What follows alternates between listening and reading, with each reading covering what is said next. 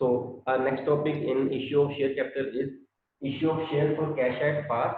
कल हमने किया था for cash at par money received in lump sum, 10 के 10 रुपए इकट्ठे मंगवा रहे थे। अब हम करेंगे money received in instalment.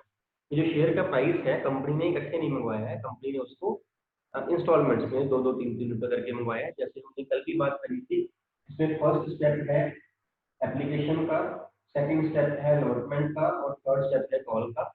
Means there is only one call, that is first and final call. अगर दो कॉल्स हो तो first call that is second and final call. हम यहाँ एज्यूम कर रहे हैं कि there is only first call. We can say कि 3 रुपए यहाँ मंगवा लिए कंपनी ने एप्लीकेशन पे, 4 मंगवा लिए अलॉटमेंट पे और 3 मंगवा लिए फर्स्ट कॉल पे। पैसे मंगवा लिए company, it is issue of shares for cash.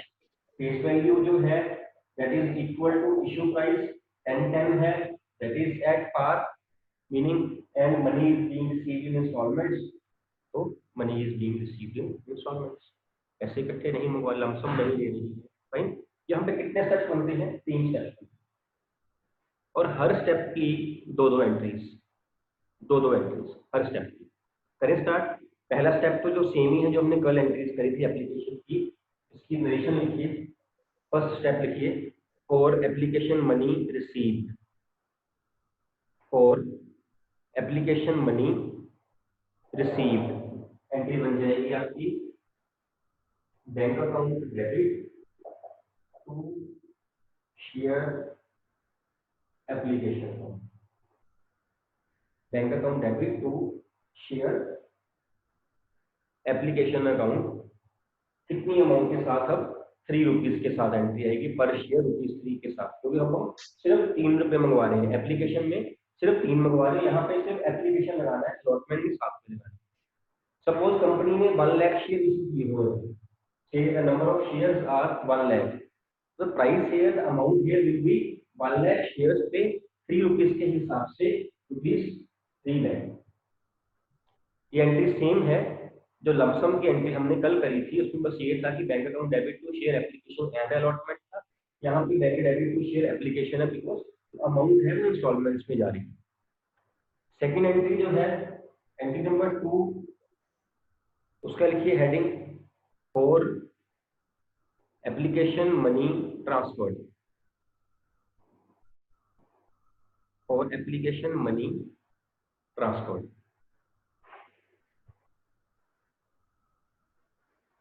इसकी एंट्री भी कल वाली सेम बन जाएगी, बस अलॉटमेंट वर्ड नहीं है।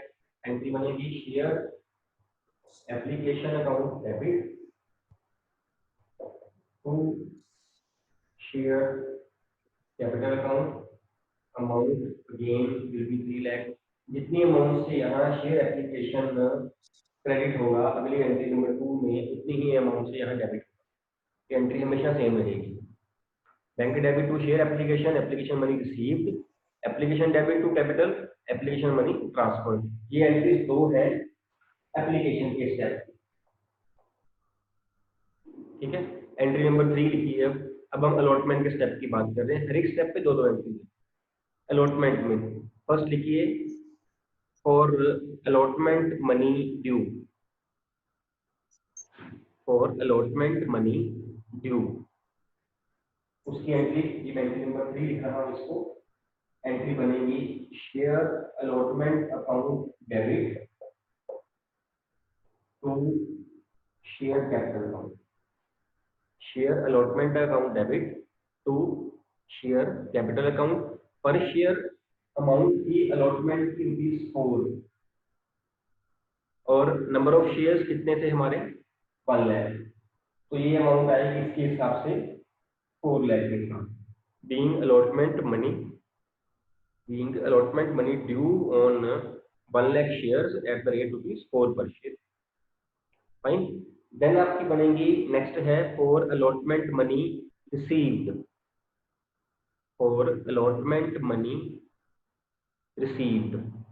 इसकी एंट्री बन जाएगी bank account debit to share allotment account ₹4 lakh, bank account debit to share allotment account ₹4 lakh. 4 lakh हमारा ड्यू हुआ था एंट्री नंबर 3 में, हमने एंट्री नंबर 4 में वो 4 लाख का रिसीव कर दिया।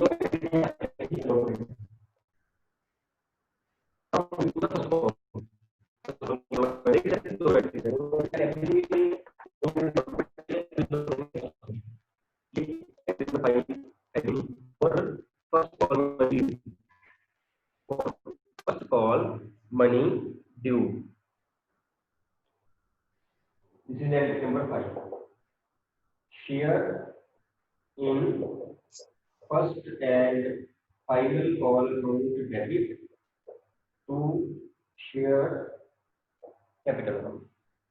Share in first and final call. मैंने first and final call इसलिए लिया है because I am assuming कि there is only one call. One call है तो last call बन गई, इसलिए इसके साथ first भी लगाया और final भी लगाया. Share in, अगर यहाँ दो calls होती तो यहाँ हम लिखते share in first call account. अभी यहाँ लिखेंगे share in first and final call debit to share capital.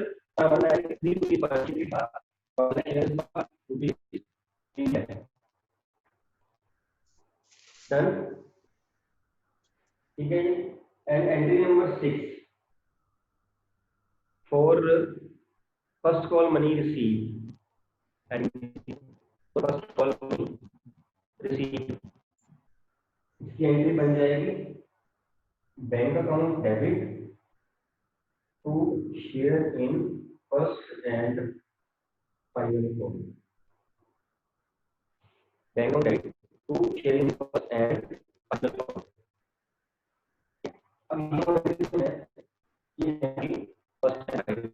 अगर आप इन स्टेप्स को चेक करो पहली बात तो जैसे हमने पहले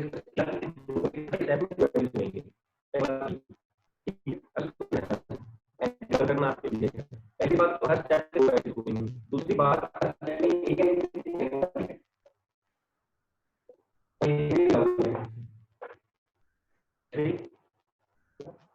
अगर हम एप्लीकेशन की दोनों एंट्रीज को कंबाइन करें, एप्लीकेशन की दोनों एंट्रीज को कंबाइन करें जिसमें पहली एंट्री एप्लीकेशन दूसरी एंट्री कंबाइन कर दो एक एंट्री बनाओ.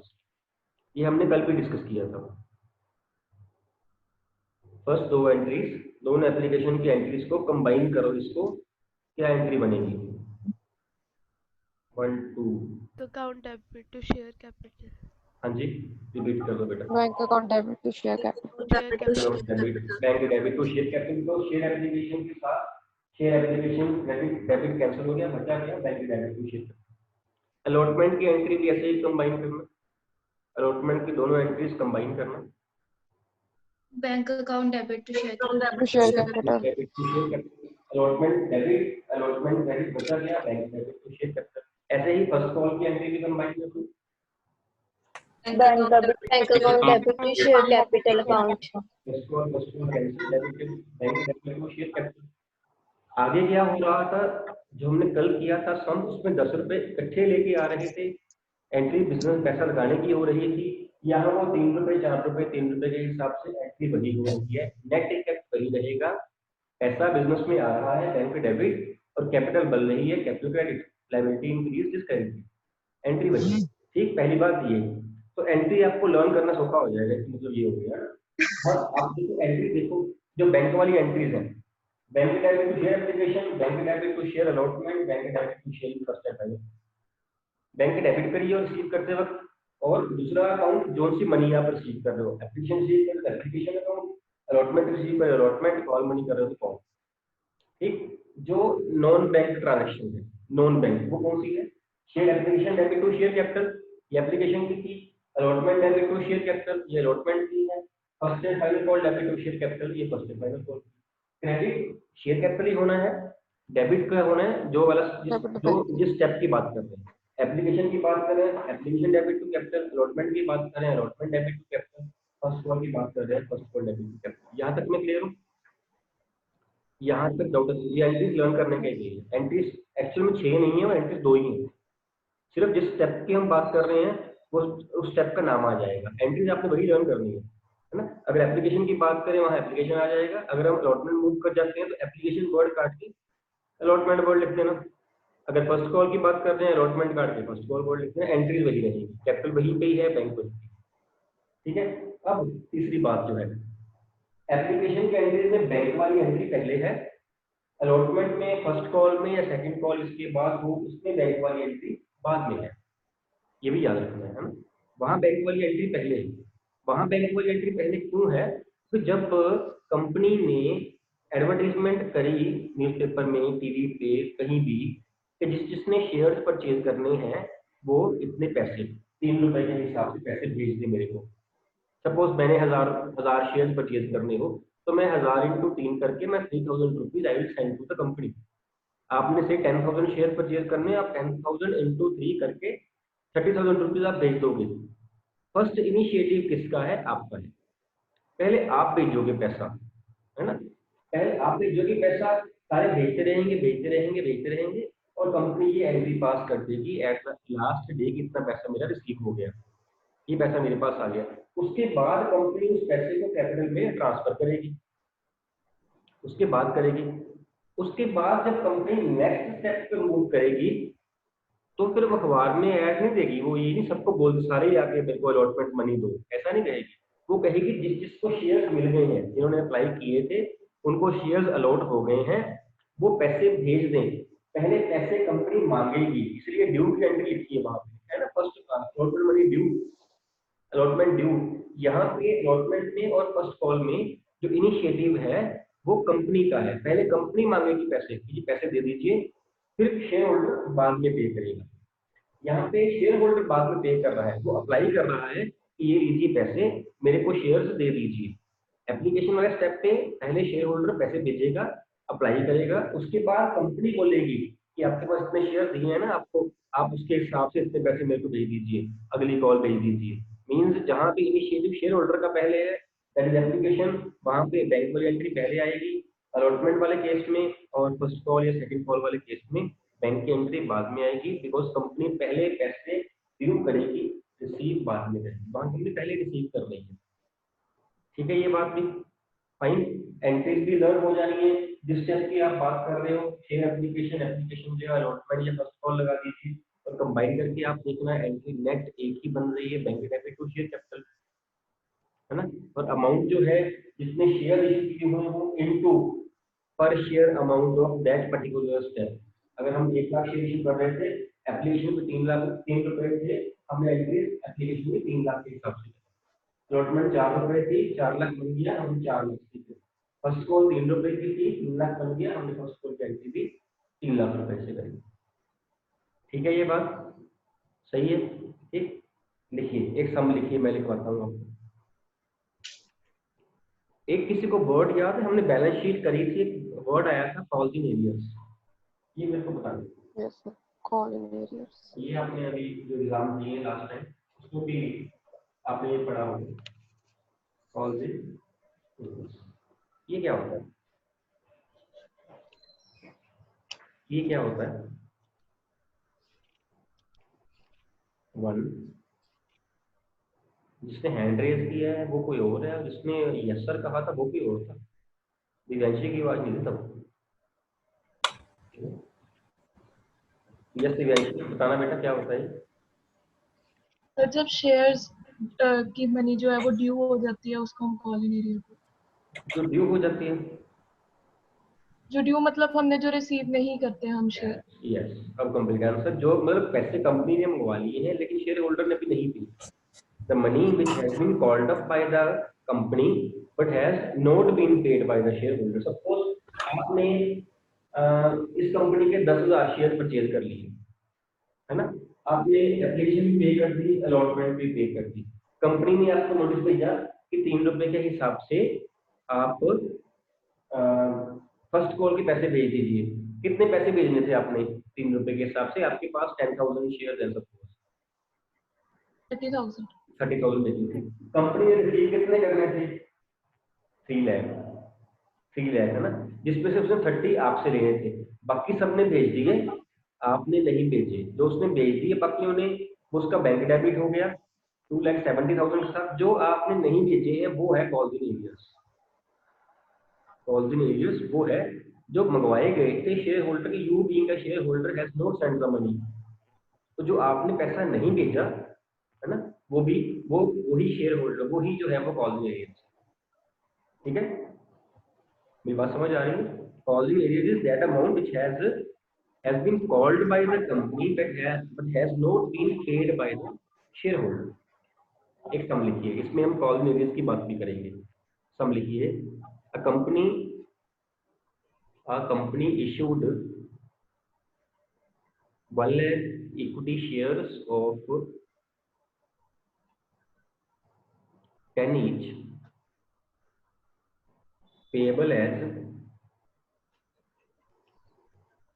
442 means 4 on application, 4 on allotment and 2 on first and final call.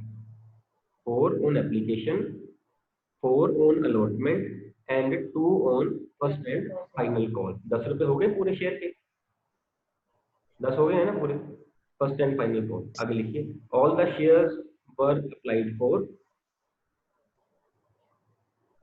all the shares were applied for and all the money was duly received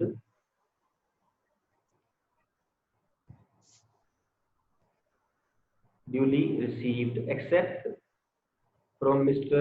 Z, except from Mr. Z, a holder of 1000 shares, who failed to pay allotment and call money, who failed to pay the allotment and call money. Give journal entries in the books of the company. Give journal entries in the books of the company. How many shares have been issued? Total में One lakh. हाँ जी 1 lakh. 1 lakh. 1 lakh shares.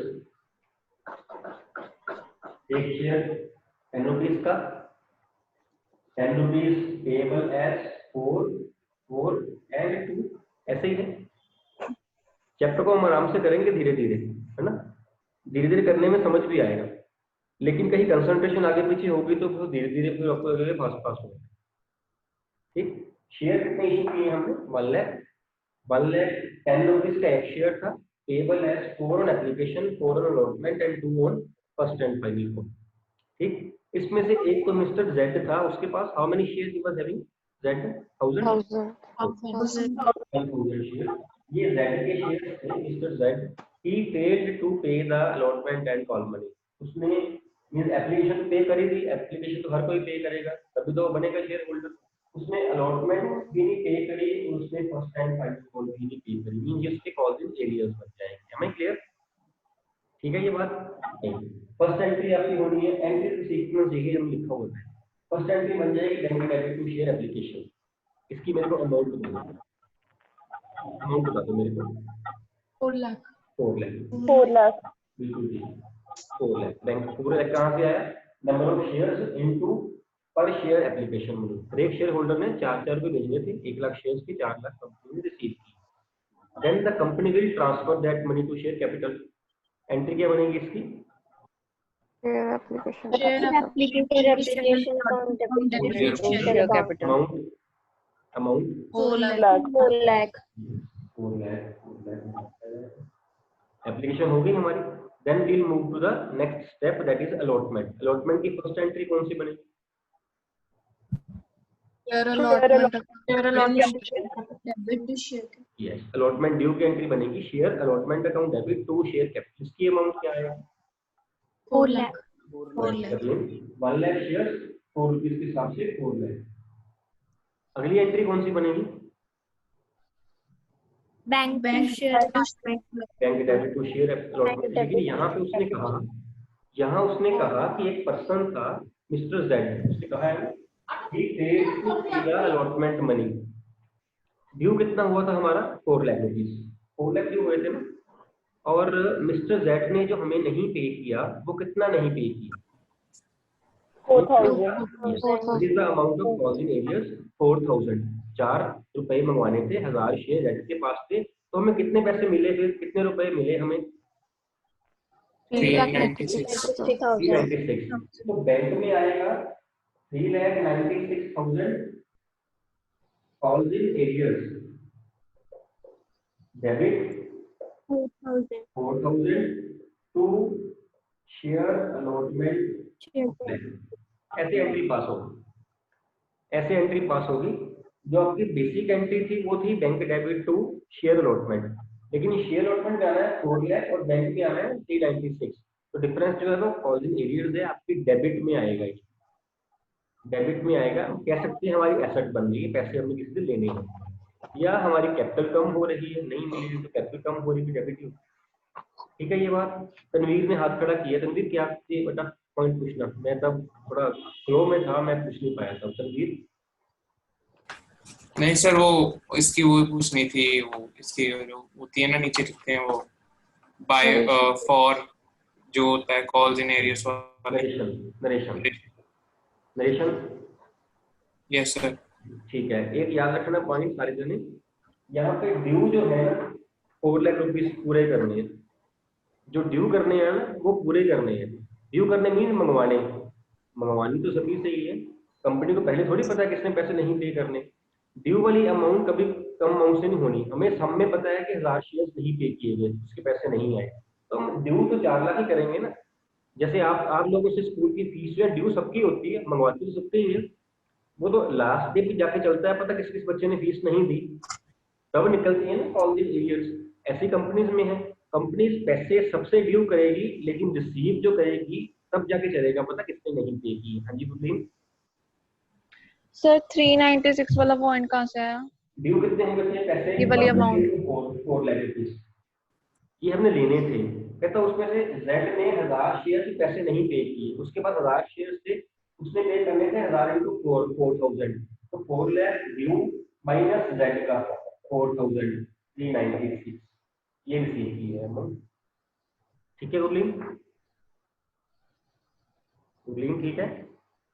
हाँ जी sir. ठीक है, इसके बाद first call due करिए। First call due की entry पास कर दो ऐसे ही फटाफट बोल के। Share in first and final called debit to share capital. Amount 2 lakh. 2 2 lakh. lakh. First and final call 2 lakh. 2 rupees per share के साथ 1 लाख था rupees 2 lakh. Now he says that ने फर्स्ट कॉल भी नहीं पे करी। What is the amount of call in arrears here? 2000. 2000. What is the amount which has been received by the company? 1,98,000. तो हम यहाँ पर लिखेंगे 198,000। कॉल इन एरियाज हम खोलेंगे 2000 के साथ और 2 share in first and final call 2 lakh के साथ। तो इन नटशेल ऐसा ड्यू पूरा किया जाएगा। जो माइनस करना है वो जब रिसीव करना है सेकंड वाली एंट्री में तब किया जाएगा। देखिए अलॉटमेंट में ड्यू पूरा किया, रिसीव माइनस किया। फर्स्ट कॉल ड्यू पूरी करी, रिसीव माइनस करी, पहली बात। दूसरी बात, आई होप कि आप लोगों ने ये वाला जो सम किया है जर्नल का फॉर्मेट नहीं बनाया हो। हम एक तो बच्चों को छोड़ दे तो होपफुली आदत नहीं रहती ना ये भाई। आपने जर्नल का फॉर्मेट बनाना है। एंट्रीज हैं ये, जर्नल का पूरा फॉर्मेट बनेगा फिर एंट्रीज पास की जाएंगी। ठीक है, और नरेशन में बताना है। नरेशन सिर्फ ये नहीं रहेगी बीइंग एप्लीकेशन मनी रिसीव्ड, लिखोगे being application money received on 1 lakh shares at the rate ₹4 per share, being allotment due on 1 lakh shares at the rate ₹4 per share, being allotment received on 99,000 shares except 1,000 shares, ऐसे कर सकते है ना। मतलब generation में point जो है आपका वो क्लियर होना चाहिए। अगर आप सिंपल लिख दोगे allotment received, allotment due, application money received, marks कर सकते हैं। इस चैप्टर में तो खासकर कर सकते हैं। ठीक है, इसके डाउट्स भी हम कर लेंगे और आगे वाले समझ भी कर लेंगे।